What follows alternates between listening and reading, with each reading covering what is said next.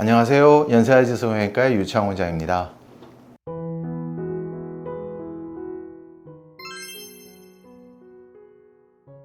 부모님 세대를 이제 수술시켜 주려면은 아마 그 수술비를 댈 정도의 그 능력이 되려면은 부모님이 연세가 좀 있으실 거예요. 그러면 연세 있으시면 당연히 눈 주위에 노화돼서 이렇게 뭐 주로 처지거나 밑에는 불룩 나오거나 밑에도 처지거나 뭐 이런 노화 현상을 다 겪고 있을 거라 생각이 됩니다. 그래서 그런 거를 어떻게든 제일 중요한 포인트를 과하지 않는 범위 내에서 해주면 훨씬 더 젊어지겠죠.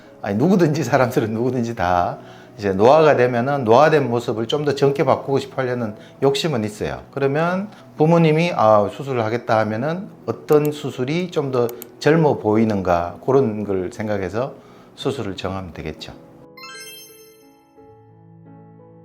요즘은 선호하는 게 다 이제 젊어 보이고 싶어 하는 수술인데요. 요즘은 그래서 최대한 수술하고 나서 티가 좀 적게 나고, 그 다음에 일상생활에 좀 빨리 복귀하고, 붓기도 좀 적고, 그 다음에 남들이 내가 수술했다는 걸 막 알아보는 것도 좀 싫고, 그러니까 되도록이면 자연스럽게 하면서 회복이 빠른 그런 수술을 선호하는 편입니다.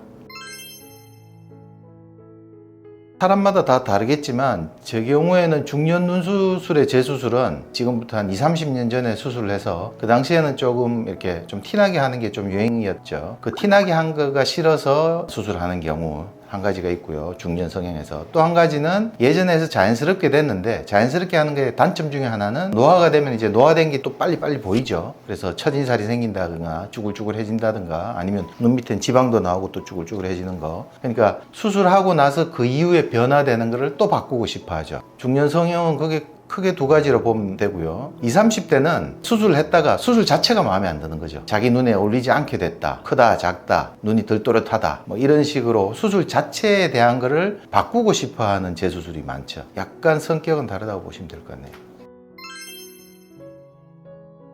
첫 번째는 상안검이죠. 처진살이 있고 어릴 때 쌍꺼풀을 안 했다가 한 경우, 아니면 어릴 때 아주 작은 쌍꺼풀이 있었는데 그게 이제 처진살로 다 덮인 경우. 두 번째로는 요즘은 자연스럽게 되는 걸 선호하니까 예전에 쌍꺼풀이 있었다든가 아니면 쌍꺼풀 수술로 쌍꺼풀은 있었지만 이렇게 외척이 자꾸 처지는 경우, 눈꼬리 이후에 이렇게 처지는 경우, 그거를 해결하기 위해서 눈수바 절제가 한 두 번째쯤 되겠고요. 그 다음 세 번째가 하안검쯤 되겠네요. 눈 밑에 불룩 나오거나 하안검인데 이제 굳이 피부를 잘라낼 생각이 없으면 그냥 결막지방, 아랫 눈꺼풀에 수술하는 대표적인 두 가지, 결막지방하고 피부도 잘라내서 하는 하안검, 그 중에 뭐 하나 정도가 되겠네요. 근데 그게 대부분이죠. 눈에서 할 수 있는 수술이 그게 대부분이죠.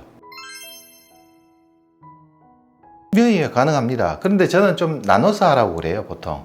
왜냐하면 이게 시간을 아끼기 위해서 수술을 한 날 다 같이 수술하고 고생할 때 같이 하자 하는데, 우리가 수술을 해보면은 수술하는 걸 많이 힘들어 하세요. 그러니까 하고 나면 막 마칠 때 아프기도 하고 수술 때 건드려서 막 불안하기도 하고 해서, 그런데 그거를 끝나자 이제 집에 갈 생각을 못 하고 또 밑에 또 한다 이러면은 좀 힘들죠. 외국에서 오셔서 이제 이게 체류 기간이 좀 짧아서 난 요번에 다 하고 가겠다, 아니면 지방이라서 자꾸 올라오기가 그렇다, 아니면 내가 요때 휴가 기간을 딱 받아놨다, 그런 경우에는 같이 하려는 경우도 많습니다. 그런데 우리가 수술하기 전에 보면 이분은 붓기나 멍 이런 게 많이 할 것 같다, 그러면 그런 분들은 두 개를 같이 하고 싶어 해도 좀 적극적으로 하나 하고 나서 어느 정도 이제 붓기도 빠지고 좀 자리 잡은 다음에 하라고 권해드리는 편이죠.